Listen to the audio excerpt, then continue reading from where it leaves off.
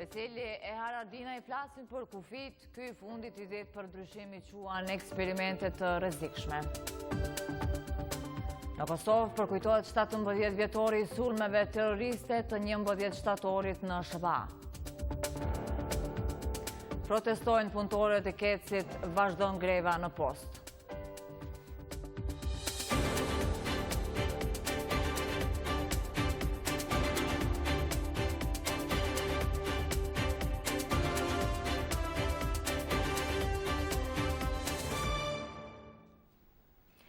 Përshëndetje të nderuar shikues, pas kryetitujve vazhdojmë rrjedhën e magazines informative Info3Live. Në vazhdim ju njohim me zhvillimet e ditës nga vendi, rajoni e Bota.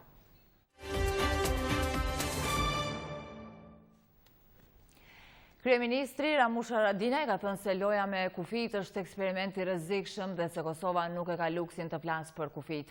Këtë deklarata Haradinaj i bëri pas mbledhjes së qeverisë në një konferencë për medje. Ai ka komentuar edhe dështimin e seancave të Kuvendit të Kosovës për zgjedhjen e kryesuesit të ekipit në negociatat me Serbinë. Idet për ndryshimin e kufijve mes Kosovës dhe Serbisë, kryeministri Ramush Haradinaj i ka quajtur eksperimente të rrezikshme.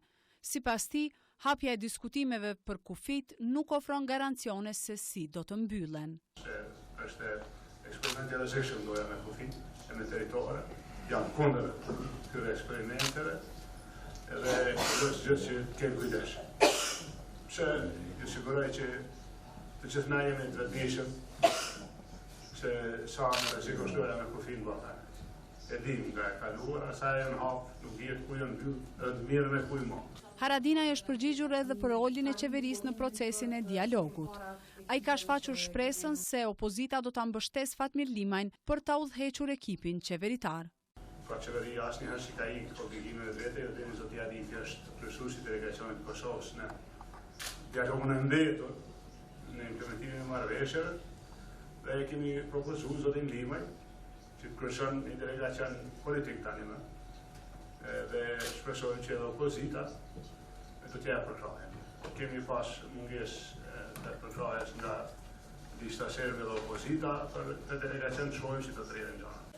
Këto komente kryeministri Haradinaj i bëri pas mbledhjes së qeverisë, kundër të tjera u paraqit një vjetor i qeverisjes së kabinetit Haradinaj. Me këtë rast, kryeministri tha se përgjatë këtij një vjeçari të punës, qeveria e ka pas prioritet zhvillimin ekonomik, sigurinë dhe sundimin e ligjit. Po ashtu ministrat votuan edhe propozimin për zhvendosjen e trupit të heroit të kombit Ilir Konushevci nga Tirana në varrezat e dëshmorëve në Prishtinë. Në të njëjtën kohë, u miratuan një sër projekt ligjesh, kundër të tjera u procedua për kuvend edhe mendimi i qeverisë për projekt ligjin për RTK-n. Edhe ambasadori britanik në Kosovë, O'Connell, ka thënë se Kosova duhet përgatitet më mirë për procesin final të dialogut me Serbinë. Këto komente ai i bëri gjatë ceremonisë së vazhdimit të memorandumit të bashkëpunimit mes institucioneve të Kosovës dhe ambasadës britanike. Ndërkaq krye parlamentari Veseli, duke folur për dialogun, ka thënë se sovraniteti i Kosovës është i pacënueshëm. Kryetari i Kuvendit Kadri Veseli ka komentuar vizitën e presidentit serb Aleksandar Vučić në Kosovë. Veseli ka thënë se Kosova e ka pritur presidentit serb si shtet, pavarësisht se ai e ka keqpërdorur atë. Ai ka thënë se lartësimi i figurës së kryekriminalit Slobodan Milošević nga presidenti Vučić nuk i bën nder as atij e as Serbisë. Ne si Kosovë kemi bërë një veprim shtetëror i cili ka qenë i dhëmshëm. Dua ta pranoj si fakt, ka qenë i dhëmshëm për arsye se jo rrallë zyrtarët e lanë nga Republika e Serbisë vinë Kosovë në vend që të promovojnë paqe, fshinësi të mirë, marrëveshje, dialog, promovojnë gjëra të cilat nuk janë shërbimin e vetë qytetarëve të Kosovës edhe qytetarëve e serbë. Ratat nuk kanë përku me atë çfarë pse ka ardhur ai.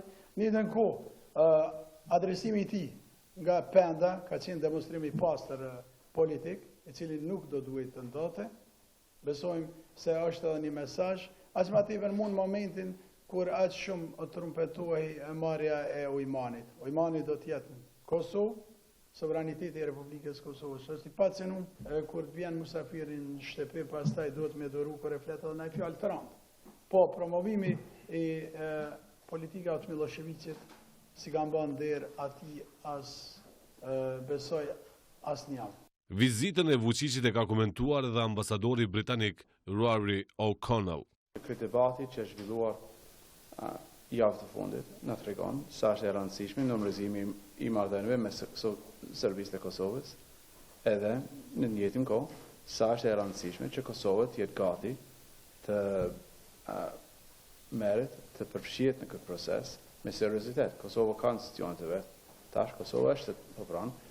Këto komente kryeparlamentari Veseli ambasadori britanik O'Connell i bën me rastin në nënshkrimit të memorandumit të bashkëpunimit për vazhdimin e projektit për rekrutimin e njerëzve profesional në pozita të larta.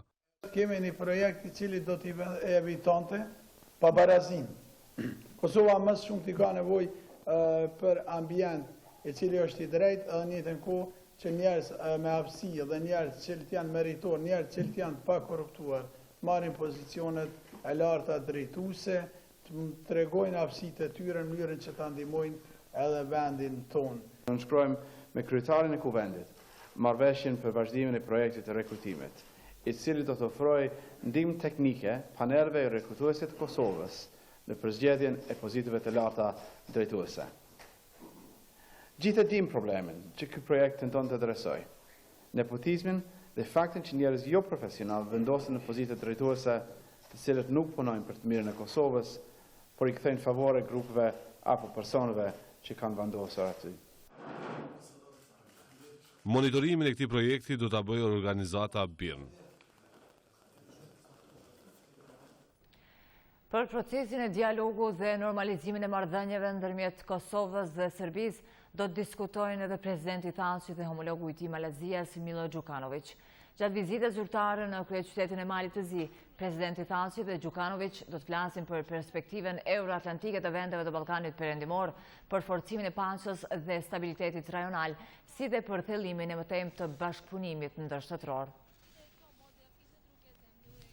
Është bërë përurimi i projektit Qendra e Sporteve dhe Panajireve në fshatin Gremet të Ferizajt në vlerë për 1.2 milion eurosh, të financuar nga Ministria e Kulturës, Rinisë dhe Sporteve.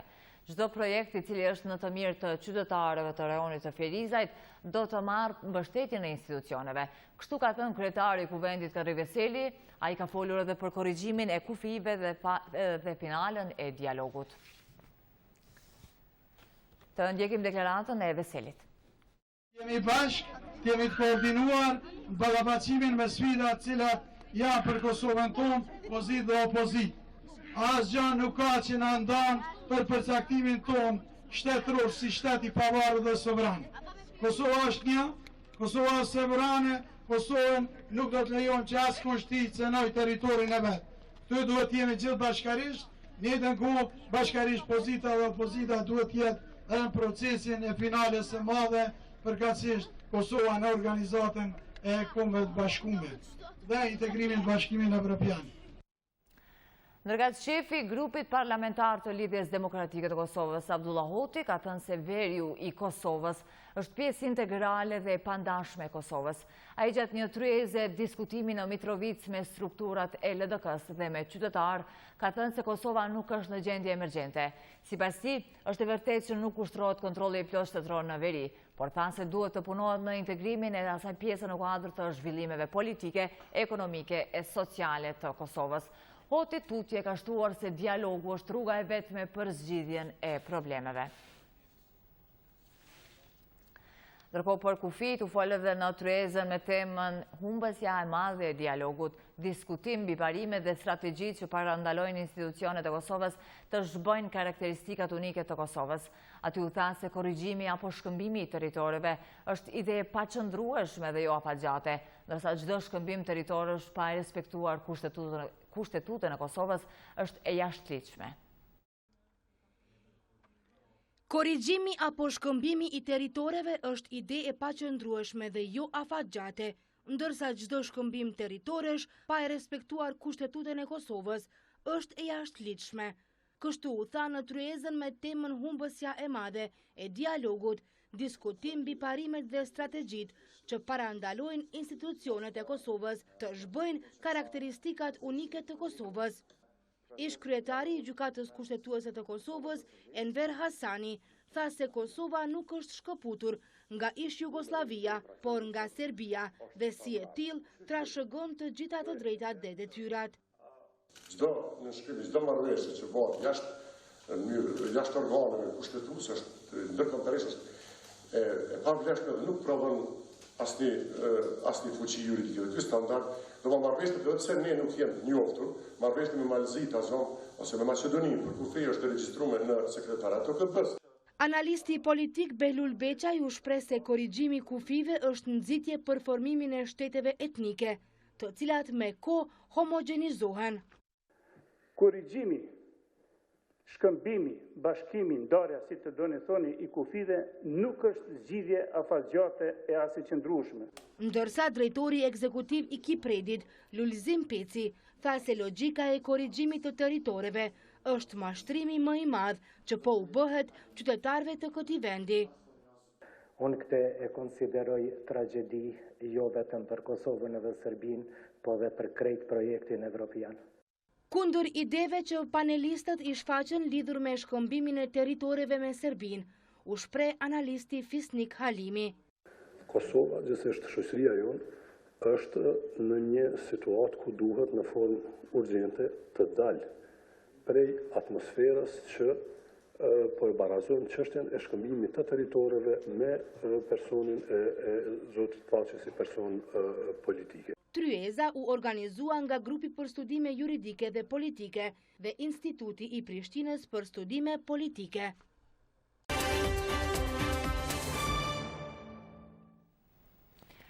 Në 17 vjetorin e sulmeve terroriste të 11 shtatorit në Shtetet e Bashkuara të Amerikës, qeveria e Kosovës e ka nisur mbledhjen me 1 minutë heshtje në kujtim të viktimave të këtij sulmi.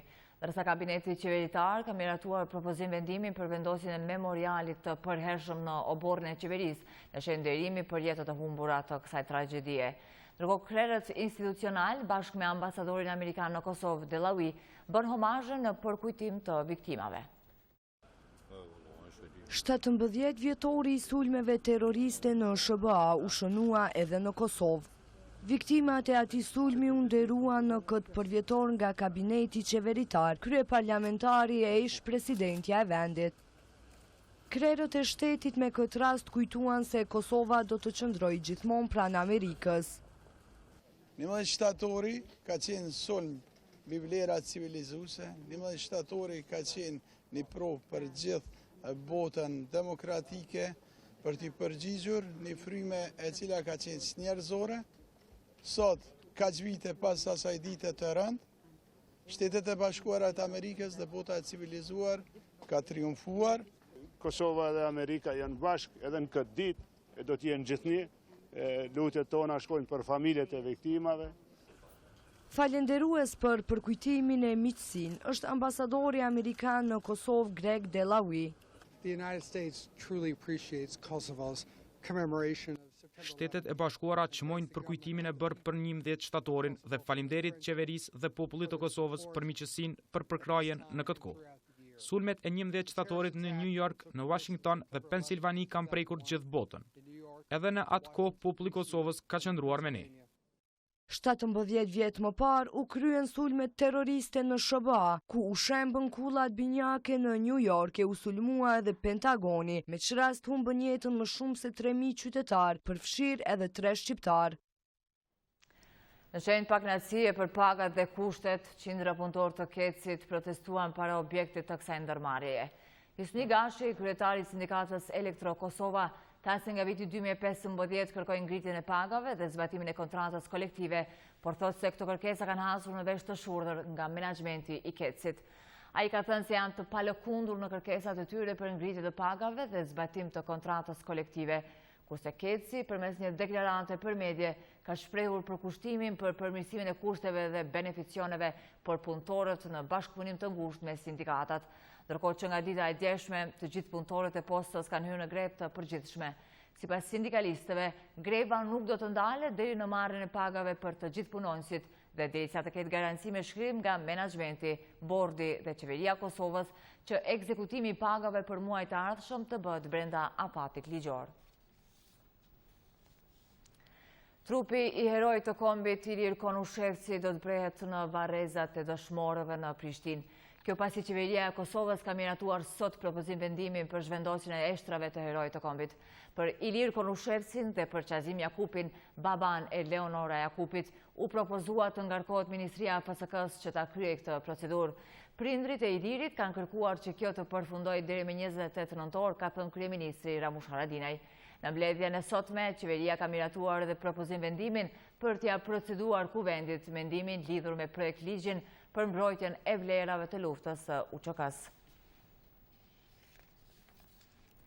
Programi i Kombeve të Bashkuara për Zhvillim ka publikuar sot raportin analizës së pulsit publik mbi çështjen sfida dhe këndvështrimet e rinisë në Kosovë. Sipas kësaj analize, të rinjt nuk janë të përcaktuar nëse situata aktuale në Kosovë është e favorshme ose jo, por shumica prej tyre u shprehen pesimist për të ardhmen e vendit. Në publikimin e këtij raporti u tha se ajo çka është më shqetësuese të rinjt është se rreth 50% e tyre janë të papunë dhe se dëshira për ta lënë Kosovën është shumë e lartë.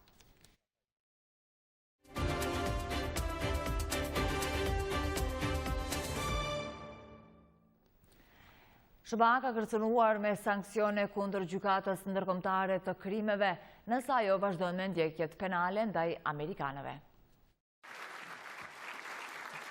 Gjykata ndërkombëtare për krime aktualisht përshqyrton ndjekjen penale të ushtarëve amerikan rreth abuzimeve të dyshuara ndaj të arrestuarve në Afganistan. Gjatë një fjalimi në Washington, këshilltari për siguri kombëtare John Bolton e quajti gjykatën të palegjshme dhe u zotua se Shtetet e Bashkuara do të bënin gjithçka për të mbrojtur qytetarët e saj. Ai ka thënë se kjo gjykatë është një kërcënim për sovranitetin amerikan dhe sigurinë e saj kombëtare. SBA-ja është mes dhjetra vendeve që nuk janë bashkuar gjykatës ndërkombëtare të krimeve. Kjo gjykatë heton dhe sjell para drejtësisë njerëzit përgjegjës për gjenocid, krime kundër njerëzimit ose krime lufte, duke ndërhyrë kur autoritetet shtetërore nuk mund ose nuk dëshirojnë të ndjekin penalisht kryerësit. Gjykata u krijua me statutin e Romës në vitin 2002 dhe është ratifikuar nga 123 vende. John Bolton ka qenë prej kohësh një kritik i hapër i gjykatës për fjalimin e ashpërisë së hënës në Washington, u përqendrua në dy fusha. E para ishte kërkesa e prokurorit të gjykatës Fatou Bensouda, i cili vitin e kaluar për një hetim të plot mbi krimet të dyshuara të luftës në Afganistan që do të përfshinte çfarëdo vepre të kryer nga ushtarakët amerikan apo ata të inteligjencës. Në lidhje me këtë çështje, Bolton deklaroi se as Afganistani e as ndonjë shtet që ka nënshkruar statutin e Romës nuk kishte bërë një kërkesë të tillë. Megjithatë, prokurorët e gjykatës së krimeve kanë aftësinë për të ndërmarrë veprime të pavarura, ndonse çdo ndjekje penale duhet të miratohet nga një kolegj gjyqtarësh. Pika e dytë që Bolton adresoi ishte çështja palestineze për të sjellë Izraelin përpara gjyqit me akuza për abuzimin e të drejtave të njeriut në Gaza dhe Bregun Perëndimor, lëvizje kjo që u konsiderua nga Izraeli si e politizuar. Ishin këto të gjitha informacionet për këtë magazinë informative. Ju falenderoj që na ndoqët, mirëmbëjtje.